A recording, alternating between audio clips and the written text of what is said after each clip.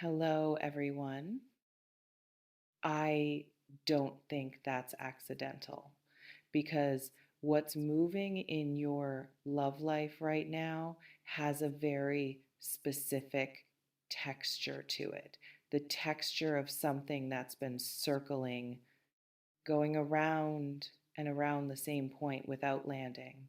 Not from weakness, not from indifference, but from the particular paralysis of someone who wants something so much that every attempt to reach for it feels simultaneously necessary and impossible, someone is looking for a way in, an excuse, a door that doesn't look like a door because the real door terrifies them.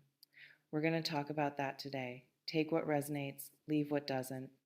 If you've been feeling something circling you lately without quite being able to name it, subscribe because this is exactly where we go at Virgo. Let's get into it. An excuse is a disguise worn by courage that isn't ready to be seen as courage yet. Sit with that because the person who is looking for an excuse to contact you, who is scanning their days for a reason, a pretext, something that creates the opening without requiring them to announce themselves as someone who needs the opening. That person is not weak, they are not playing games. What they are doing is something far more human and far more difficult than it looks from the outside. They are trying to find a way to want something out loud. And wanting something out loud, especially something that lives as close to the center of a person as this does, is one of the more terrifying acts available to a human being. Here is what their days look like right now: ordinary. From the outside, completely ordinary. They move, they work, they talk to people about things that have nothing to do with you. They make coffee and answer messages and sit in traffic and perform the full choreography of a functioning daily life. And underneath all of it, running like a current beneath still water you, not occasionally, not in the romantic montage way of someone who thinks of you fondly between other things, persistently, intrusively, in the way that a frequency, once it gets inside your head, attaches itself to everything else and plays beneath whatever is on the surface. You are the frequency they cannot locate the source of and cannot turn off. Whew. You are the thing their attention keeps returning to the way a tongue returns to a sore tooth, not for pleasure, because it cannot help itself. That kind of thinking is not chosen, it chooses. And the person it is happening to right now is both captivated by it and quietly exhausted by it because there is a particular fatigue in wanting something you have not yet permitted yourself to pursue. The excuse itself. Let's be precise about what they are looking for because it is specific, not a grand reason, not a crisis or an emergency or an event significant enough to justify contact on its own terms. Those things are too obvious, too legible. A crisis contact reads as a crisis contact. It announces its own need too clearly. What they are looking for is something smaller, something that creates the opening without revealing the hunger behind the opening. A song, a reference, something you both knew once that surfaces in a way that makes sending it seem natural. An article, a joke that belongs specifically to the particular language the two of you developed in whatever time you shared. A question that only you could answer. A reason that, to anyone observing from outside, looks casual, looks like the ordinary debris of two people's overlapping worlds floating toward each other, but that is, from the inside, anything but casual. That is what they are constructing, patiently, in the background of their ordinary days, a reason that doesn't look like a reason, a door that doesn't look like a door. Because what they cannot do, what every draft of the direct approach has failed to survive past, is simply say, I think about you. I have been thinking about you. I want to talk to you. And I do not have a reason except that not talking to you has become more difficult than the discomfort of reaching out. They cannot say that yet. So they are building something that says it's sideways. March is doing something to people this year. Not gently. There is a quality to this particular stretch of time, something in the specific combination of the season turning and whatever has been accumulating in the months before it that is making the maintenance of certain silences feel newly, acutely costly, like a tax that has always been there but whose rate has suddenly increased beyond what the budget can absorb. Silences between people who have unfinished things between them are expensive to maintain. They require constant tending, constant vigilance against the impulse to simply reach. And most of the time, through most months, that vigilance is manageable. The cost is absorbed. The silence holds. But March does something to the cost, raises it, without asking permission, without caring about the carefully maintained arrangements that made the silence feel sustainable through the winter. Something about the light returning, about the world physically moving toward openness after months of contraction, makes the maintenance of personal contraction feel suddenly, stubbornly wrong. Like swimming against a current that has, without announcement, reversed direction. This person is swimming against that current right now, and they are tiring. You. What is it about you specifically that has produced this specific paralysis in this specific person? Because it is not random. The people who look for excuses to contact someone are not doing so out of habit or boredom or the casual appetite for attention. They do it when the person on the other end of the imagined contact has a quality that makes the direct approach feel disproportionately risky.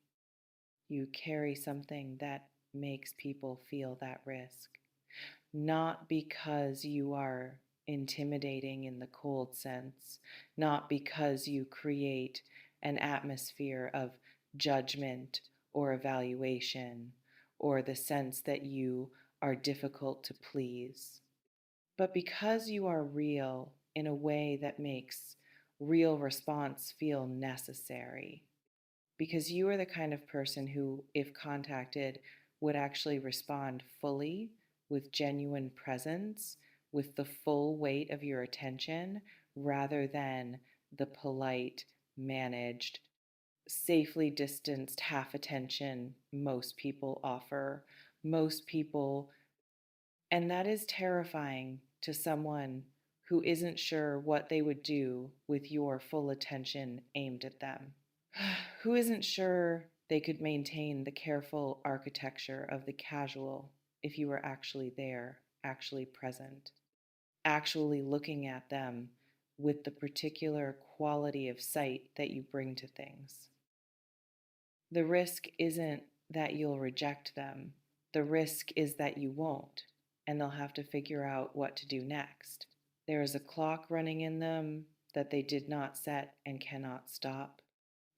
It has been running since something, a moment, a conversation, a memory that surfaces too clearly at too inconvenient a time made the fact of you undeniable in a new way. Since something shifted the weight of their wanting from manageable to constant. Clocks like this have a particular property. They do not wind down, they wind up. The longer the thing they are counting toward remains unreached, the more urgency accumulates in the mechanism, the more the pressure builds. The more each day of the excuse not yet found adds its small weight to the growing total of all the other days.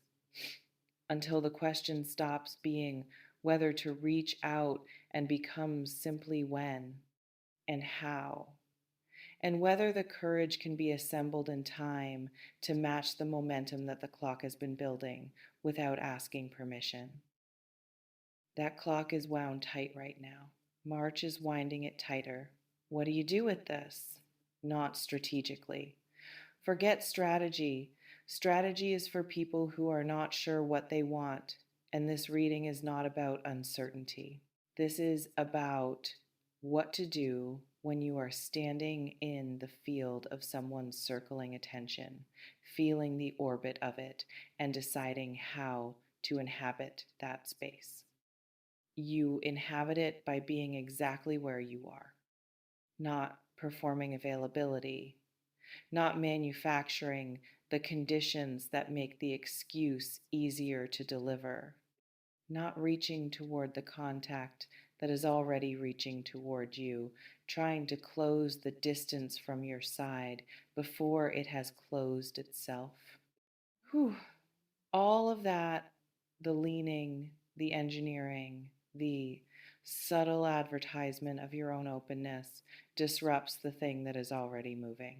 What is already moving does not need your help. It needs your stillness, the stillness of someone who knows, at whatever level knowing operates below the noise of daily life, that something is circling, that the orbit is tightening, that the excuse is being assembled in the background of another person's days with the particular care of someone who understands, however little they may consciously admit it, that what they send will be received by someone worth sending something real to. The excuse, when it arrives, and something about the energy of March suggests it is closer than it has ever been, will look small. That is by design. Remember the disguise. Remember the door that doesn't look like a door.